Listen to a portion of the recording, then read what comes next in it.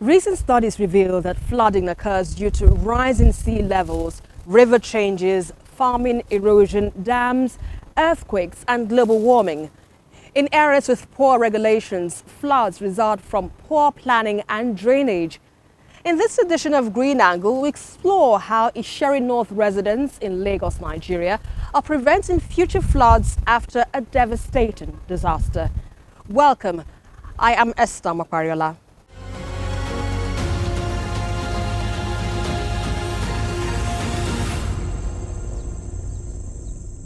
Before we begin, let's bring you updates from the world of environment. It's another Earth Day, and volunteers from Fabe Foundation International are here at this fruit market in Ketu, a suburb in Lagos. We are sending a strong message to the Their goal is to educate the local traders about the environmental impact of fruit waste and encourage sustainable practices. Our fruit waste is enough to power energy in our homes, in our markets, and our industries. And that is just to showcase what the Ketu market has. Ketu market alone can actually fund itself for energy.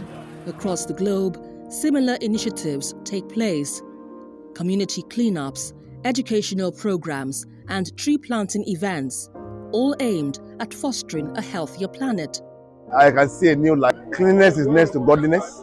How important our waste is in terms of managing waste, trying to clean the market so that everyone is living in a very healthy life. People must be responsible in the way they manage their waste. You must containerize your waste, you must separate your waste at source, and of course patronize the assigned PSP. These activities are more than just annual rituals. They are a reminder of the ongoing collective responsibility we share in safeguarding our environment. Every small action contributes to a larger impact. From the simple act of properly disposing of fruit waste to planting a tree, everyone is encouraged to contribute to this global cause. As part of its ongoing drainage enforcement, officials from the Ministry of Environment began an inspection tour in some areas across the metropolis. Here at the System 1 channel, which serves communities in Ikeja and Kushofe local government areas, it faces encroachment issues leading to recurrent flooding. Following this concern, the government initiated the removal of illegal structures on drainage paths. But some property owners are not pleased with this decision. Do your findings, be sure you're on the right track, and if you have all your papers, you have the governor's consent, you have the approval, it doesn't end there. You must have your drainage clearance. That now gives us the right to say, okay, you've gotten this, we can't come and touch this. But most of them, like you found out, don't have anything at all. So on what platform are they going to stand?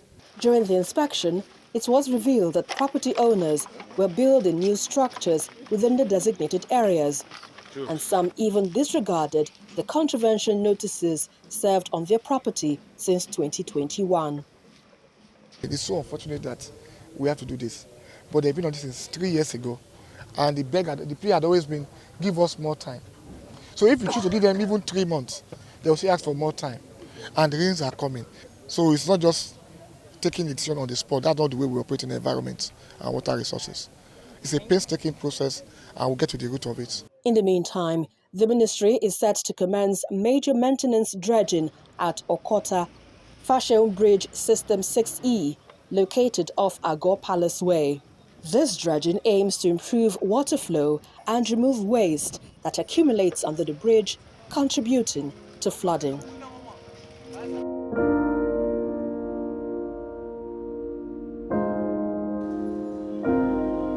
A scorching heatwave hit most parts of Bangladesh last month, with the country experiencing its hottest April on record. According to the Meteorological Department, this year the heatwave covered around 80% of the country and such an unbroken and expansive heat wave has never been seen before. Due to the stifling heat, the country's education ministry has closed schools nationwide for 2 weeks, starting from April 20th, resulting in an estimated 32 million students staying at home to attend online classes. It's disgustingly hot in this temperature because we have never experienced this type of weather beforehand. In this situation, we should avoid the time period from 12 p.m. to 3 p.m. because that's like the time where it's mostly hot. April typically sees the highest temperatures of the year in the country, with temperatures rising continuously in recent years. This year, the April heat wave has been longer and hotter than in the past 59 years due to global warming and climate change. Currently, the heat wave has shown no sign of easing.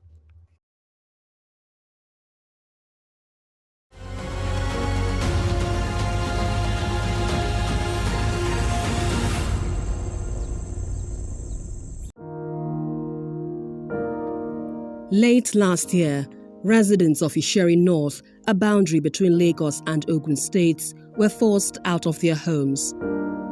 Hundreds were displaced as the Ogun-Osun River Basin Authority released water from the Oyon Dam, submerging homes, sparking anger and frustration. The last time I'm experiencing this is my third time I'm experiencing this. I experienced in 2019, 2021. Now, this is even worse. The level of the water is high. It's a trauma for my family, it's a trauma for my kids, for my children. How will I bring my three kids here? They school normally and I'm bringing them. I have to leave. I'm devastated. I'm sad. The government should come to our aids. The government should come and take care of this canal. Wherever this water is coming out from, they have the capacity, they have the tenacity to do something that will ease off this punishment.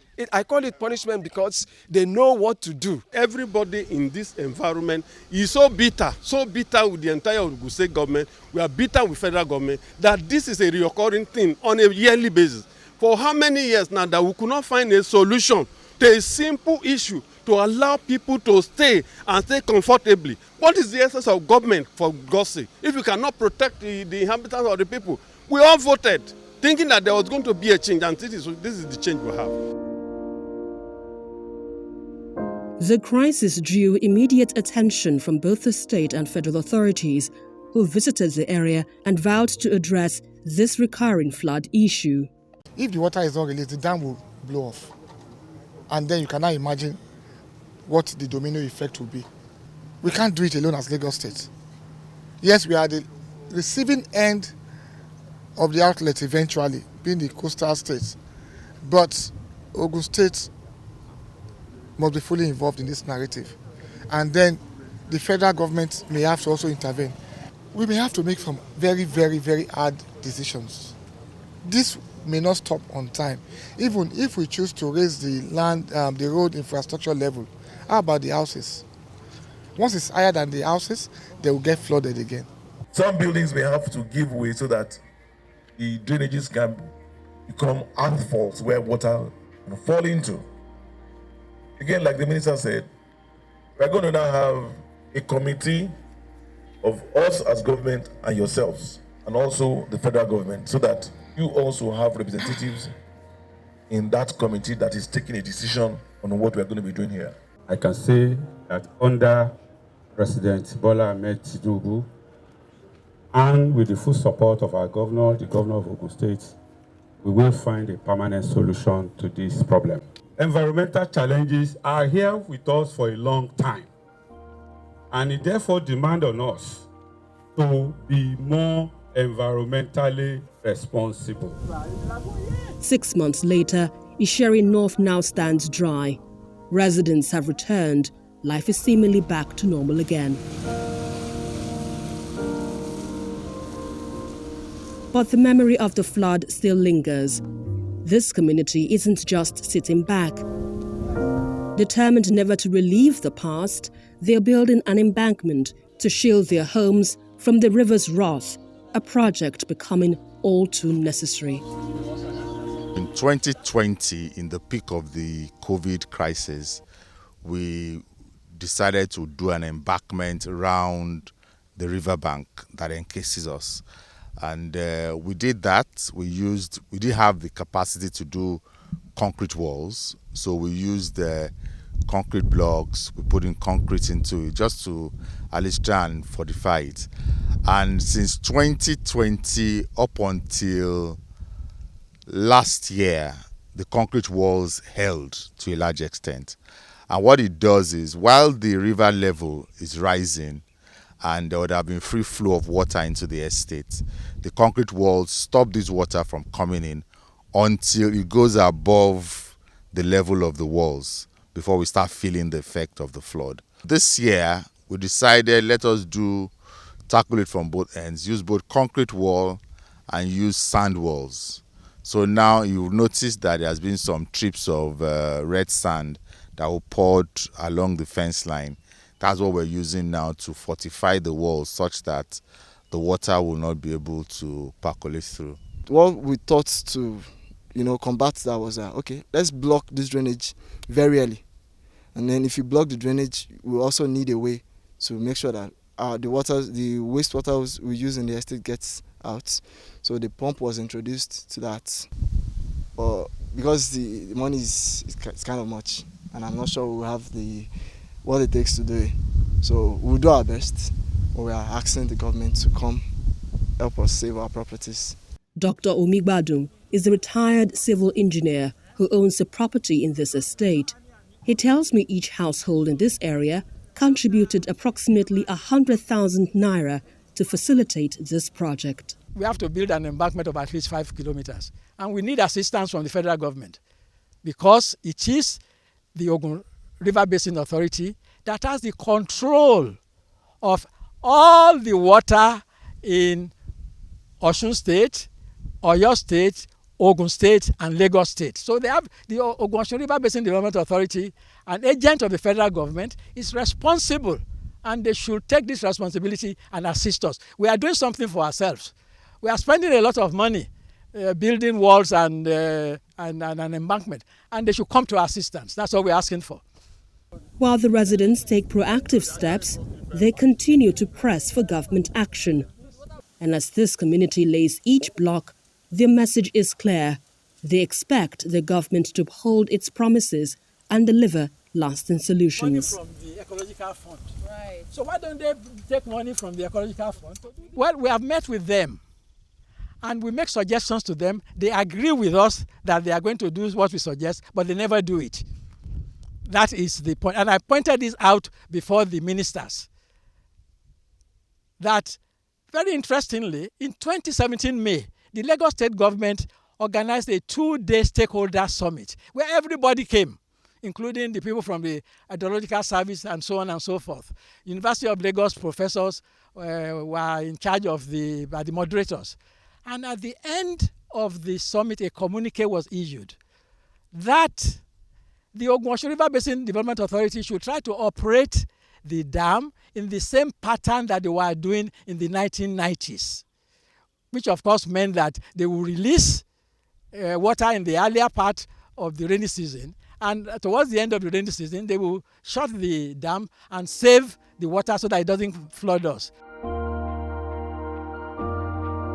Meanwhile, the Ogun State government has issued warnings to residents living in low-lying areas to relocate to higher ground, as officials of the Ogun River Basin Authority work out modalities to limit future flood impacts. I'm glad the residents of Isheri, they are all here. We've had several meetings with them, both at the state and at the federal level.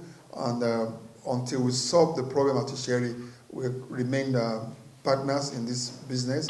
We shall be maximizing the created space in reservoir to impound more water and release it at a controlled average rate of 15 to 16 million cubic meters per day. One of the reasons why we are taking all these measures about water release is to safeguard the safety and integrity of dam so that we don't have any issue on dam failure because we can't afford it.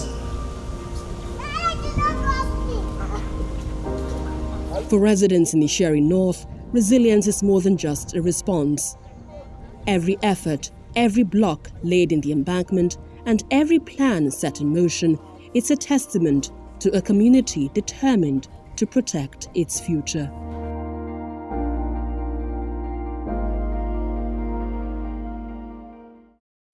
Green Angle returns in just a moment. Stay with us.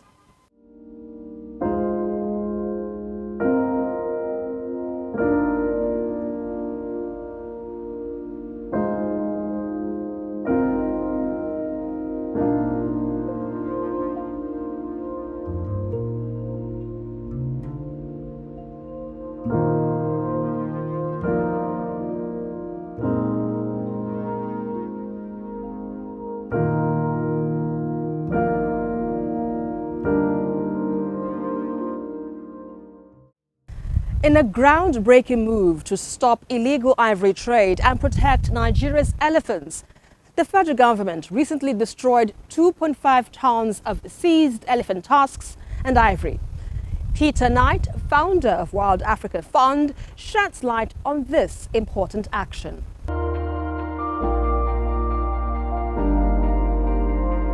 Well, I think the first thing people need to understand is that ivory cannot be sold. It's illegal everywhere in the world to export or sell ivory.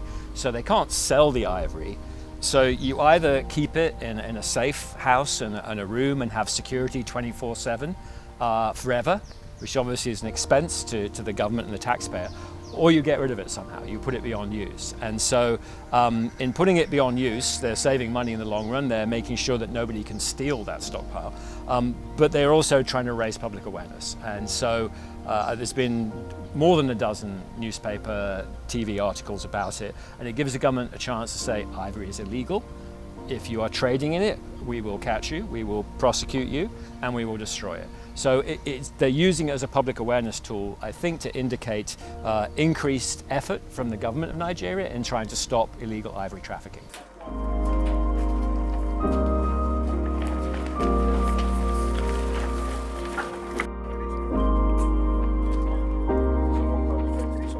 The obviously biggest deterrent is people that do it get caught, so that means good detection.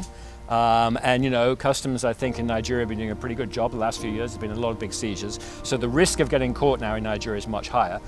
The second thing is prosecution. So you need to, when people are prosecuted, a few years ago, people were just, the ivory was being seized, but nothing was being done.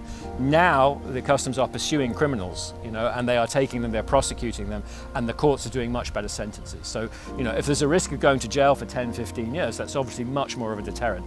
We have one piece of the jigsaw I think is still missing here in Nigeria. The laws are very old, as you know, very old-fashioned, and there was, in the last administration, there was a bill introduced to modernize those laws.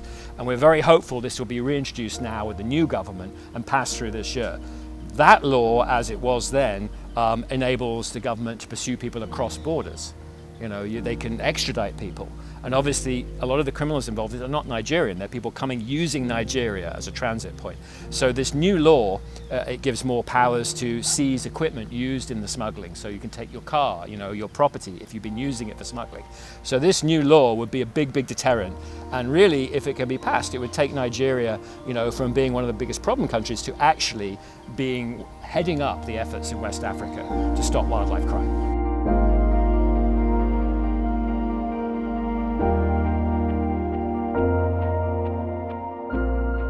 One thing, one of my personal dreams, and I hope for Nigeria, is to actually rebuild some of the national parks here. So elephants now, there's only 400 left, as you know, but imagine if tourists could come and see elephants within Nigeria. There's been a recent study, 4 out of 5 tourists coming to Africa come to see wildlife. So if you don't have wildlife that people can see, you're losing 80% of the market. And I think the long-term plan for the government should be to refurbish, restructure some of the national parks so that the animal populations are growing, so that the animals are not afraid of people because they're not being poached, they're not being hunted, and to have tourism as a major thing. And you know, we recently spent time in Rwanda, and there in Akagera National Park, they have brought back rhinos, they have brought back elephants, they have brought back lions, so it's now a big 5 park, and so that's great for international tourism. And I think that should be the goal here in Nigeria. Not only would you bring in international tourists, but I think there are many Nigerians who would love to go and see elephants and lions and these animals if there were the opportunity.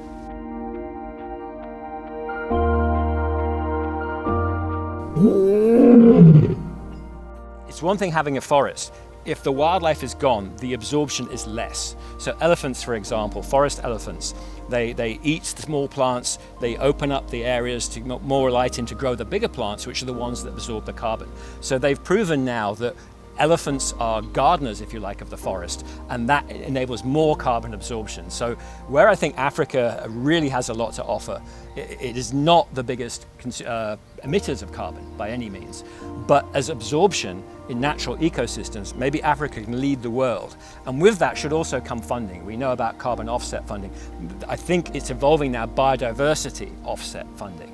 The elephants can enable more carbon absorption. They've also shown, for example, wildebeest. If there are wildebeest in a system in East Africa, the carbon absorption of those environments is greater. So they can be an asset on that side, as well as obviously the tourism. And you look at East Africa, the tourism, there have been calculations that an elephant in 75 years of its life generates more than $1 million for tourism. And that's jobs. So in the long term in Nigeria, I think that should be a goal, to develop wildlife as an asset for the tourism industry, as well as the national pride and the heritage and all those other elements that come with it.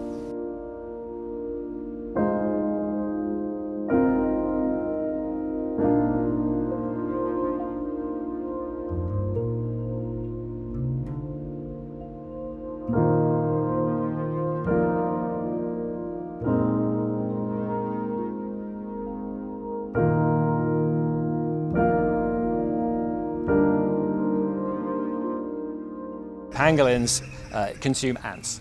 Ants consume and very often damage people's crops. So there's an element, an ecosystem service, if you like, from pangolins. And I think, you know, most Nigerians don't primarily eat bushmeat, particularly here in the city. It's sort of a luxury add-on. It's not a staple. And most countries in the world have moved away, everybody used to consume bushmeat all the time, have moved away to agricultural products. And I think, you know, that's really where the long-term future of protein production is. It's maybe not a problem for things like grass cutter, which reproduce very quickly, the legal bushmeat, that's okay. But the animals like the pangolins, they will disappear very quickly under this pressure. So we're not going to have them in the future. So the option is not to carry on doing that. It will end, and it either ends with some pangolins left that can still fulfill their role in ecosystems, or it ends sooner. There's another big element here, which we've seen so much in the last few years, which is zoonotic disease. And you know, now a lot of theories floated around COVID. The current thinking is quite clearly that it originated in the wild. It came from bats. Even the lab theory, you know, people think the lab theory means that people developed it, made it in a lab. That's not true. The lab theory is people were studying wild bats in a lab and it leaked from the wild bats through the lab. So even the lab theory is rooted back to the wild. But the prevailing theory now and the information is it came from that Wuhan market. And that was from originating in bats, jumping to something called a raccoon dog, which is a small mammal, which is, was used in the bushmeat trade. And then it spread through the butchering in that market, and the butchering process is what helped to spread it. So COVID-19 is only one of literally thousands of diseases that are out there in the wild, quite safe when they're in the wild, but if we bring them into our cities and we butcher the animals, there's a risk of transmission. And we've seen Lassa fever, we've seen Ebola, I mean the list every year, Marburg, the list every year grows of these different diseases. So that's a good reason not to consume bushmeat.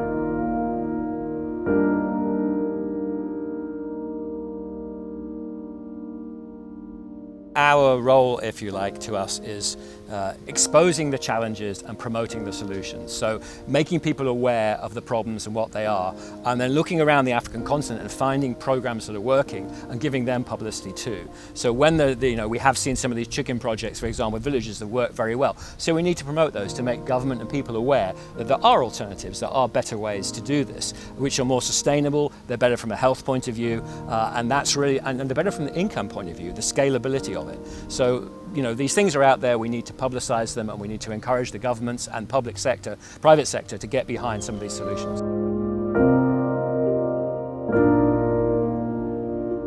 I think there's a lot of great things happening in Nigeria now. Primarily, we've just done our survey after working here for 2.5, 3 years, and 85% of people were aware of the campaign, and 30% of people said they would stop eating bushmeat going forward, illegal bushmeat going forward. And so that's a great start, and those are impressive numbers, and that's really been because of the participation of the Nigerian media. So that's been very encouraging. The government is moving in a number of directions positively. The big thing this year will be to get that legislation passed. And from that, we kind of turn a circle from being on kind of a downward run to going upwards and improving.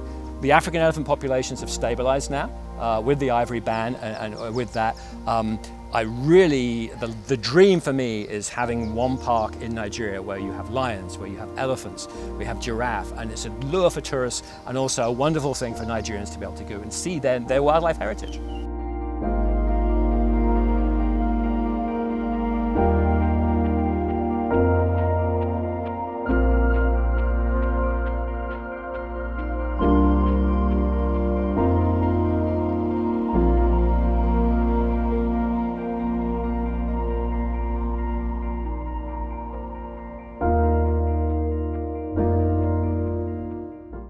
And that's about it on this week's edition of Green Angle. Until I come your way next time, remember, together we can build a sustainable world.